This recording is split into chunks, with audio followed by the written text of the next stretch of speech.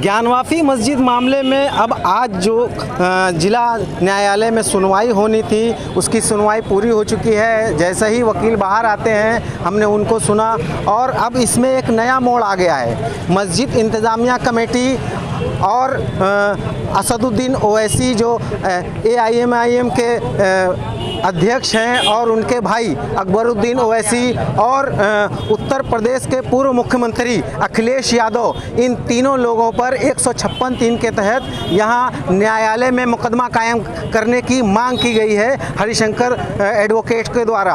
अब देखना ये है कि ये नया प्रकरण किस रुख जाता है, क्योंकि नए नए मोड़ इसमें आते जा रहे हैं। अचानक से ये बात सामने उभर के आ जाती है कि अब इन लोगों के ऊपर आपराधिक मामले यानी फौजदारी के मामले भी कायम हों। वाराणसी से मोहम्मद अहमद, 4TV न्यूज़। सबसे पहले अपना परिचय दीजिए। हरिशंकर पांडे एडवोकेट। आज किस तरह का वाद आपने दाखिल किया और किसके खिलाफ? क्रिमिनल प्रोसीडिंग में 156 मामला दाखिल किया है, जिसमें अंजुमन इंतजामिया कमेटी के पदाधिकारी गण हैं। आरोप क्या है इसमें? आरोप ये किया है कि इन्होंने एक जो हौज है, जिस हौज के अंदर गंदा पानी वजू का धोया हुआ, मुंह धोया हुआ, हाथ पर धोया हुआ, थूका ककरा पानी आता है, उसमें शिवलिंग है जी, उसमें ये वजू करते हैं लगातार और करते आ रहे हैं। और उस पर इनको कोई भी अपराध बोध नहीं होता, न इनको कोई होता है कि किसी के धार्मिक स्थान को छेड़ रहे हैं, और अभी भी तैयार हैं वजू करने के लिए। चलिए, मस्जिद कमेटी यहाँ रहती है, वो वजू करती है, ओवैसी और अखिलेश यादव ओवैसी इसको जस्टिफाइड कर रहे हैं अपने मंच पे, अपने उससे कि जो हो रहा सही हो रहा है। और ओवैसी ये भी कह रहे हैं कि एक दिन के लिए 2000 आदमी ना जाएं, 24 आवर हो 2000 आदमी बैठे रहे, लगातार नमाज पढ़ते रहे। ओवैसी का ये भी बयान है, किसी जुमे के दिन क्यों गए 2000 आदमी, हर रोज जाए 2000 आदमी वहाँ पे, और 2000 आदमी आके वहाँ पे वो करें, वो वजू करें। तो इनका नमाज से कोई मतलब नहीं है, इनका वजू से मतलब है। वजू इसलिए ओवैसी के खिलाफ आपने याचिका डाली, बाकी मस्जिद इंतजामिया कमेटी के खिलाफ डाली। अखिलेश यादव कब आए? अखिलेश जी यादव तब आ रहे हैं जब इन्होंने कहा कि कहीं भी पत्थर रख दो पीपल पेड़ के नीचे और झंडा गाड़ दो, मंदिर हो जाता है। और वो मंदिर नहीं था, वो शुरू से मस्जिद था, और वहाँ पे जो स्ट्रक्चर मिला वो शिवलिंग नहीं है, वो एक फुहारा है। इन बातों से अखिलेश सिंह यादव भी इसमें रंग रंजित हो जाते हैं कि आपको किसने अधिकार दे दिया बात कहने के लिए कि वो शिवलिंग नहीं है, आपको किसने अधिकार दे दिया कि वो फुहारा है, जबकि अभी उसका फैसला होना बाकी है। सुप्रीम कोर्ट ने भेजा डिस्ट्रिक्ट जज की सुनवाई करने के लिए। देखिए, संविधान से ही सारी चीज़ें गवर्न होती है, न्यायालय भी संविधान से गवर्न होता है। अखिलेश यादव भी, आप भी, मैं भी। अब ऐसे में अगर वर्शिप एक्ट की बात की जाए तो वर्शिप एक्ट लागू होने से पहले मंदिर था कि नहीं था, आज वहाँ स्थिति मस्जिद की है, तो इसमें अखिलेश यादव कहाँ से आ गए? इसमें मैं धार्मिक 1991 एक्ट को मैं ही जोड़ रहा हूँ, वो बिल्कुल अलग चीज़ है, वो दीवानी प्रोसीडिंग की चीज़ है। मेरी फौजदारी प्रोसीडिंग है, सिर्फ फौजदारी क्रिमिनल प्रोसीडिंग, जो धारा 505 और 153 दोनों को उल्लंघन करने पर पैदा होती है। ये दीवानी मुकदमे को मतलब इससे है नहीं, ये फौजदारी मतलब से मुकदमे से मतलब है। और फौजदारी मुकदमे में जितने लोग भाषण दे रहे हैं उसको फुहारा बना रहे हैं, उस चीज़ को, उसको शिवलिंग नहीं मान रहे हैं और वजू करने के लिए आमदा हैं, उन्हीं लोगों के खिलाफ ये मुकदमा दाखिल हुआ है और कोई इसमें हुआ नहीं। धन्यवाद। लोगों ने कहा कि जो साक्ष्य आए हैं, वीडियो रिकॉर्डिंग आ गई है, फोटोग्राफ्स आ गए हैं, उन साक्ष्यों को पहले हमारे पास उपलब्ध हमको हो जाने दीजिए।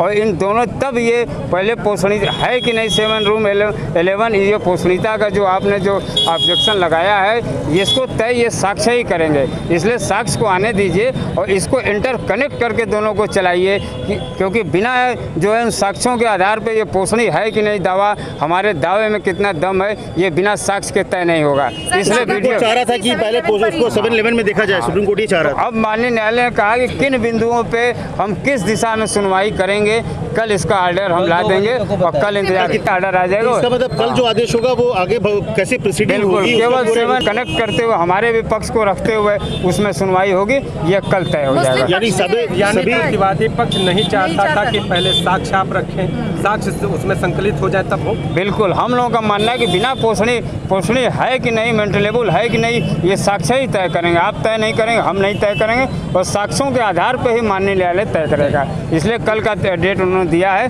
कल किन बिंदुओं पे सुनवाई होगी, किस पे बहस चलेगी, कार्रवाई किस पे आगे बढ़ेगी, ये कल जो है माननीय न्यायालय ऑर्डर तो कर जज साहब ये चाह रहे थे कि सुप्रीम कोर्ट में कहा गया था कि मेंटेनेबिलिटी पहले तय करी जाए, उसी आपसे सुनना चाह रहे थे। बिल्कुल बिल्कुल बिल्कुल बिल्कुल। सर ये बता दीजिए, इसके अलावा कितनी याचिकाओं पर आज सुनवाई हुई? अब अभी किसी पे नहीं हुई, अब माननीय न्यायालय हो सकता है आप सुने, लेकिन अभी इस समय अभी किसी पे सुनवाई नहीं, सारे एप्लीकेशन पड़े हुए हैं। अब ये तो प्लेसेस ऑफ वर्शिप एक्ट को लेकर क्या कहा गया?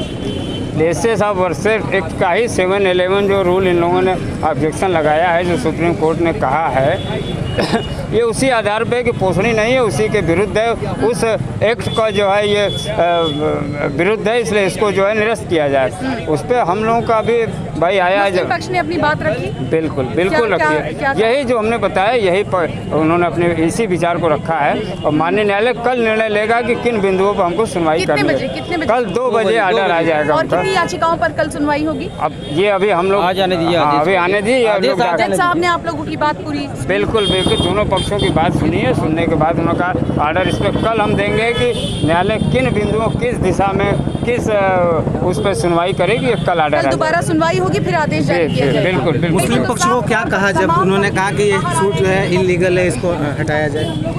मुस्लिम पक्ष तो कह ही रहा है कि मेंटेनेबल नहीं है पोषण। न्यायालय ने क्या कहा सर? न्यायालय ने भाई हम लोगों की बात सुना, कुछ भी नहीं, अभी ऑर्डर कल ऑर्डर आएगा, क्या करना है कल 2 बजे तक इंतजार करिए आप लोग।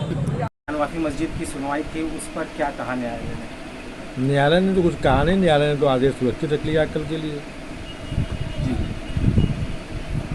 सुनवाई के दौरान क्या हुआ सर?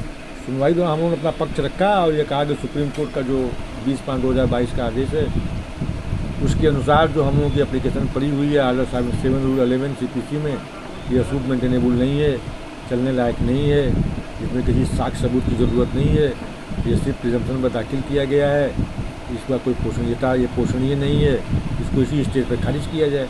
ये एप्लीकेशन सिविल जज साहब ने हम लोगों की बाईपास कर दिया था, उसको कोई आदेश पारित नहीं किया था, लेकिन अब माननीय सुप्रीम कोर्ट ने अपने आदेश दिनांक 20/5/22 द्वारा इसको कन्फाइन कर दिया कि मेंटेनेबिलिटी पर जो हम लोगों का एप्लीकेशन पेंडिंग है, उस पर सुनवाई पहले प्राथमिक तौर पर की जाए। सर जो इसमें वादी हैं राखी सिंह द्वारा, उनके द्वारा माता गौरी सिंगार का प्रतिदिन पूजा की अनुमति मांगी गई थी। अब ये मामला शिवलिंग और दूसरी ओर जा रहा है, इस पर न्यायालय ने कहा था? इस पर न्यायालय ने कुछ नहीं कहा और ये चीज़ें अभी फ़िलहाल गौण हैं। वो माता सिंगार गौरी का मसला हो, चाहे शिवलिंग का मसला हो, चाहे गणेश जी का मसला हो, चाहे हनुमान जी का मसला हो, चाहे उनको पूजा करने का अधिकार मिले न मिले, पहले उन्होंने राखी सिंह और 4 अन्य महिलाओं ने जो दाखिल किया मुकदमा, पहले ये मुकदमा कानून की निगाह में मुकदमे की शक्ल में आता है कि नहीं, यह मुकदमा उनका चलने योग्य है कि नहीं, पहले ये तय होगा। अगर मुकदमा ही उनका पोषणीय नहीं है तो फिर वो शिवलिंग की तरफ जाएं, चाहे श्रृंगार गौरी की तरफ जाएं, जो कोई मायने नहीं रखता है। वो गौण की, वो सब चीज़ें सब्सिक्वेंट गौण है फिलहाल।